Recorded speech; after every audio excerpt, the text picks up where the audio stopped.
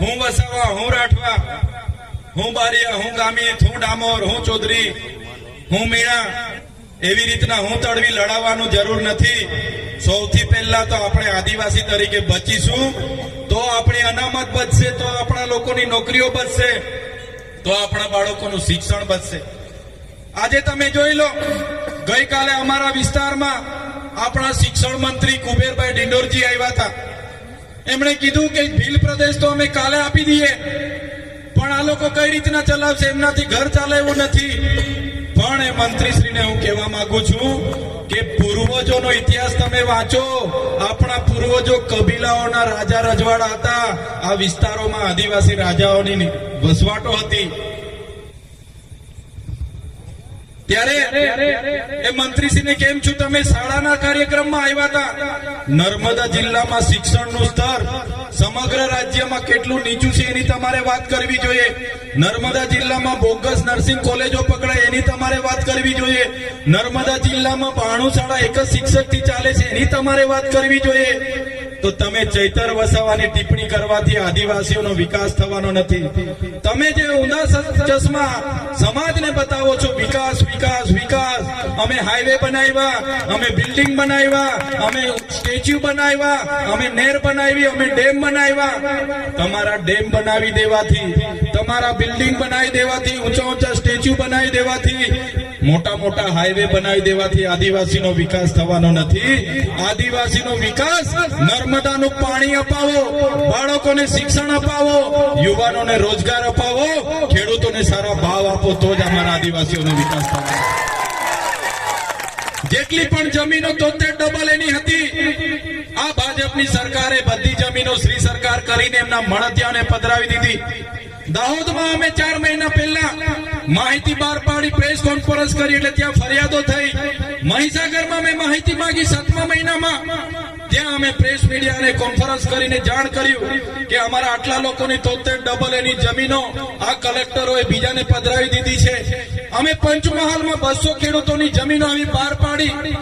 ત્યાંના કલેક્ટરોને કીધું કે આ જમીનો બિન આદિવાસીઓને તમે કેમ આપી દીધી. અમે કેવડિયામાં એવા 40 ખેડૂતોની જમીનો બહાર કાઢી. ત્યારે કોઈ નેતા કે કોઈ મંત્રી મગનું નામ મરી પાડવા તૈયાર નથી. એમના મોઢામાં મગ ભરી દઈશ.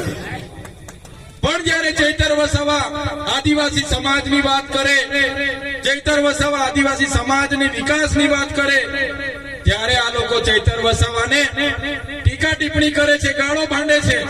જો ચૈતર વસાવાને ગાળો ભાંડવાથી અમારા સમાજનો વિકાસ થતો હોય તો મને 2 ગાળો વધારે આપી દો, મને કોઈ વાંધો નથી. પણ તમે આદિવાસી સમાજની વાત કરો, નહીં તો આવનારા દિવસોમાં તમારો પણ અમે આ વિસ્તારમાં બહિષ્કાર કરીશું. તમારા કાર્યક્રમો નહીં થવા દઈએ. ક્યાં સુધી ઊંધા ચશ્મા અમે પહેરીને ફરીશું વિકાસના? અહીંયા તમે સસ્તા અનાજની કોન્ટ્રાક્ટો બહારના, અહીંયા શાળા એકલવ્ય મોડલના રસોડાના કોન્ટ્રાક્ટો તમારા, અહીંયા દવાખાનાઓમાં કરાર આધારિત કર્મચારીના કોન્ટ્રાક્ટો બહારના, અહીંયા ટપાલીથી લઈને જેટલા પણ નોકરિયાતો આવે છે બધા બહારના. શું આદિવાસી સક્ષમ નથી? યુવાનો એટલા ભણેલા નથી? પણ આપણામાંથી ચૂંટાઈને મોકલેલા સરકારમાં રહેલા એક પણ નેતાનું સરકારમાં કે સંગઠનમાં ઉભતું નથી. એ ભલે મંત્રી હોય કે સાંસદ હોય કે ધારાસભ્ય, કોઈને કોઈ પૂછતું નથી. એટલા માટે જ આટલા વર્ષથી આપણી પરિસ્થિતિ છે. ત્યારે સાથીઓ, વધારે નથી વાત કરતો, પણ આવનારો દિવસ એ આપણે જાગવું પડશે. આપણા બાળકો, આવનારી પેઢીના શિક્ષણ માટે, આપણી જમીનો જે 73 એની છે એને બચાવવા માટે, નર્મદાનું પાણી આપણા વિસ્તારોમાં મળે એના માટે, આપણા વિસ્તારોમાં જે રેતી રોયલ્ટી જાય છે એટલી મોટા પ્રમાણમાં રેતી, બંધારણ એવું કહે કે રેતી નીકળે એમાં 50% ગ્રામસભાને આવક આપવાની, પણ અહીંના અધિકારીઓ બારોબાર કૌભાંડો કરે. એના માટે આવનારા દિવસોમાં એક થવું પડશે. ત્યારે વધારે વિશેષ નથી કહેતો, પણ આજના કાર્યક્રમમાં આપ સૌને ટૂંકી મુદતમાં જાણકારી મળી અને આપ સૌ અહીં ઉપસ્થિત થયા.